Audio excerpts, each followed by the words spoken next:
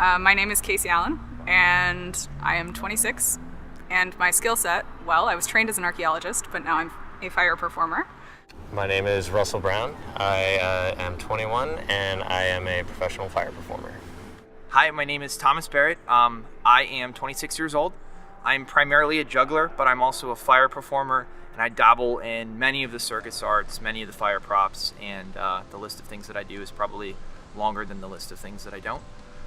That list is going to be including fire breathing, fire eating, Diablos, juggling, juggling rings, fire staff, fire poi, puppy hammer.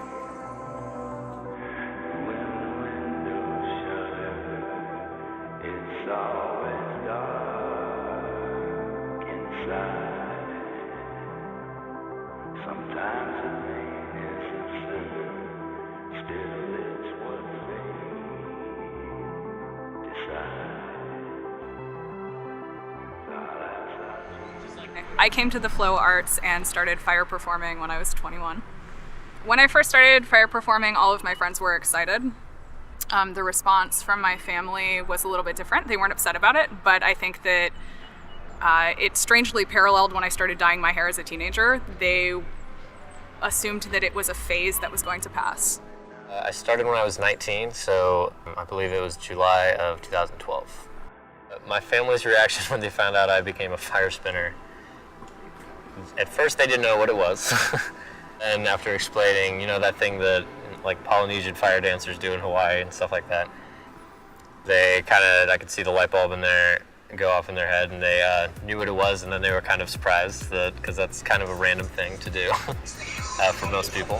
So there was a bit of like amusement / shock from them, but they all think it's very cool.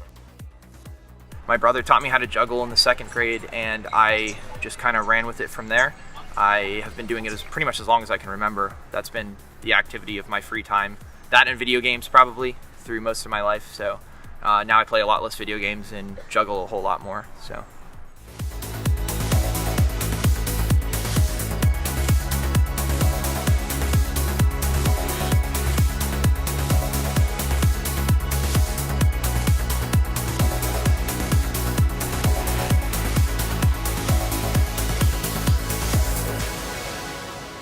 I hear that it's different for everyone, and it took about a month from when I was first shown how to spin a practice staff to work up the courage to try it with fire. Each one kind of is its own journey. I would say some of them are easier than others. Some of them continue to be very difficult. I would say that the ease with which I've learned certain props has definitely been different. Me, yes. I think that when I first came into it, it was difficult because I wasn't currently an active person. Like 2nd or 3rd grade, you're almost like a sponge for information, so it was really easy for me to learn the initial juggling pattern. And then other things such as poi has always been really complicated for me for some reason. I think it has to do with the poi being more of a dynamic prop, with also having to take into account the tether and the weight that you're spinning around. It's just a little bit more to keep in mind when you're practicing, so I would hit myself a lot with that when I was first starting out. I would say that I often use the term, it was like pulling teeth to learn poi, but juggling for me is very natural.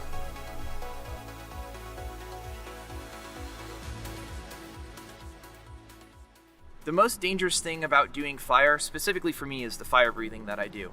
I have 2 things kind of working towards that level of danger, which is that I'm really creative and I'm really impulsive. So sometimes I will think of a particular movement and then I will try it. So the most dangerous thing, I guess, is the things you can't control. So you can control you can control your prop, but you can't control the audience. So I think for me, the most dangerous thing is that those people that I can't communicate with. I can do my best to set up a perimeter and set up safe fuel conditions and communicate with my safety crew, but I can't control the audience. There's also the question of your fire insurance. All those requirements have to be met, which means you have to have a certain radius for safety. You have to have designated fire safety as a fire watch, which is like a fire marshal that shows up to make sure everything's going with accordance to the permit. You have to get a permit. So there's quite a few steps to go through. to do a fully proper gig from beginning to end, from the call from the client to the actual performance starting. There's definitely some lists that need to be gone down and things that need to be acquired. If you're a person spinning fire, that's not how you want to think about it, because you want to think about not burning yourself, right?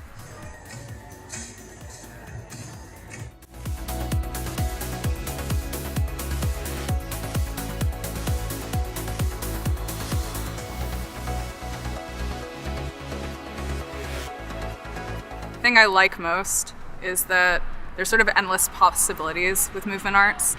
I don't really get embarrassed by anything when I'm performing.